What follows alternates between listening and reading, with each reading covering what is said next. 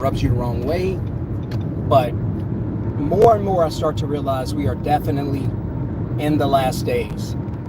And although I'm a believer, I'm not necessarily talking about the end times, although I do believe we are there as well, very, very close.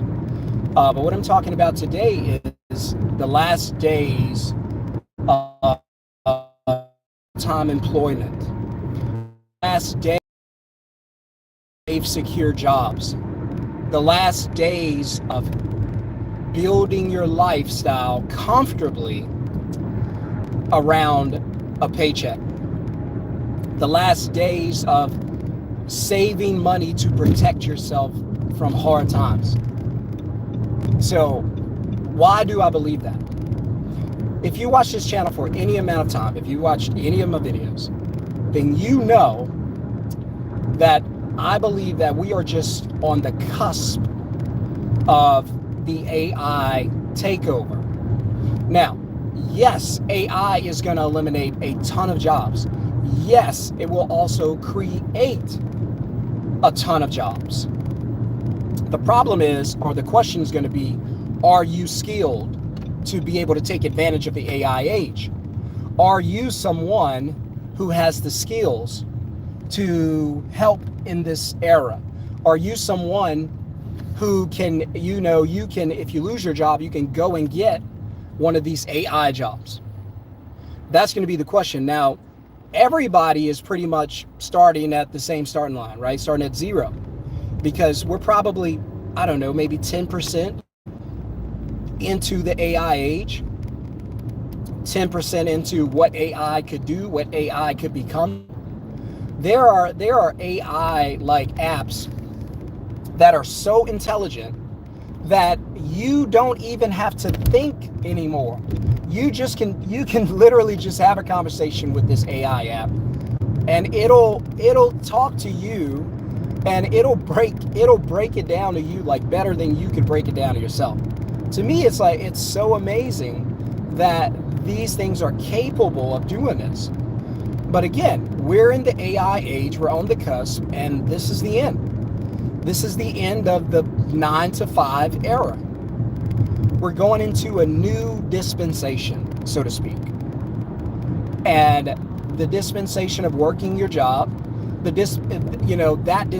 time is coming to an end, of having a job that'll take care of you and your family. That time is coming to an end. Now you need 2 and 3 jobs to take care of your family. The full-time job is out the door. Soon you'll see everything's part-time.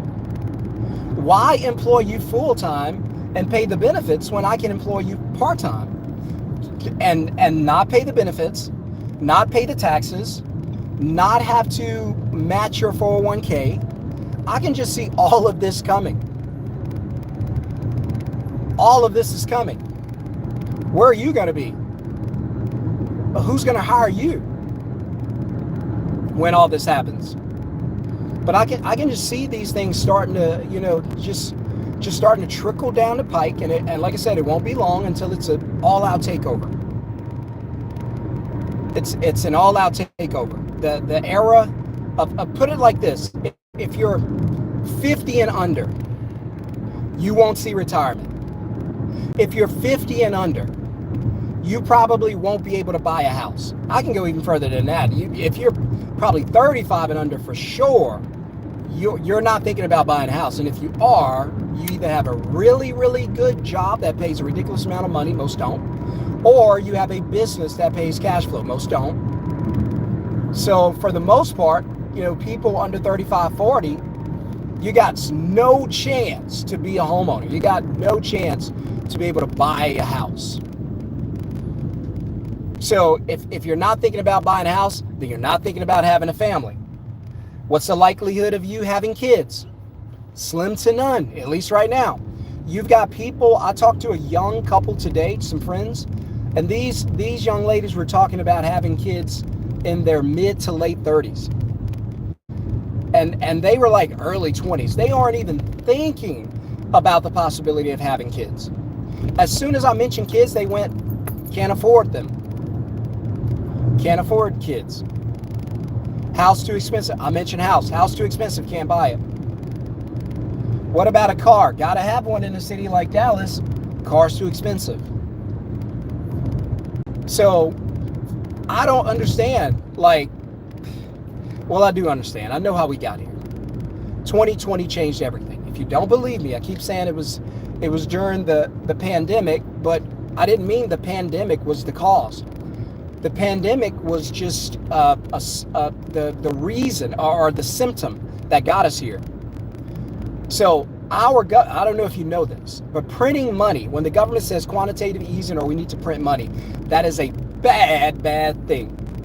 You don't want the government printing money. You want money to come from production, from exchange, from a capitalistic society. You want money to come from, I build something, I sell it to you, I get paid, that's how money gets made. You don't want the government turning on the printers and printing money. That's bad for everybody. So, saying all that to say this. In 2 years, from 2020 to 2022, this is when you saw the price of everything just blow up. Just blow up. And it has not gone down. So they can tell you inflation is ending, but I say, look at your grocery bill. You tell me. And so for the government, they printed about $5 trillion. I didn't say billion. I didn't say million. I said trillion. They printed $5 trillion, almost $5 trillion in 2 years. Printed. What did that do? It caused hyperinflation, which is what I think we had. The cost of everything, it didn't just go up. It went beyond up. And so today, this is why you have what you have today. Sorry, guys, this video is short. I just wanted to bring it to your attention. We're in hard times. Hope this video helps you. Let me know in the comments what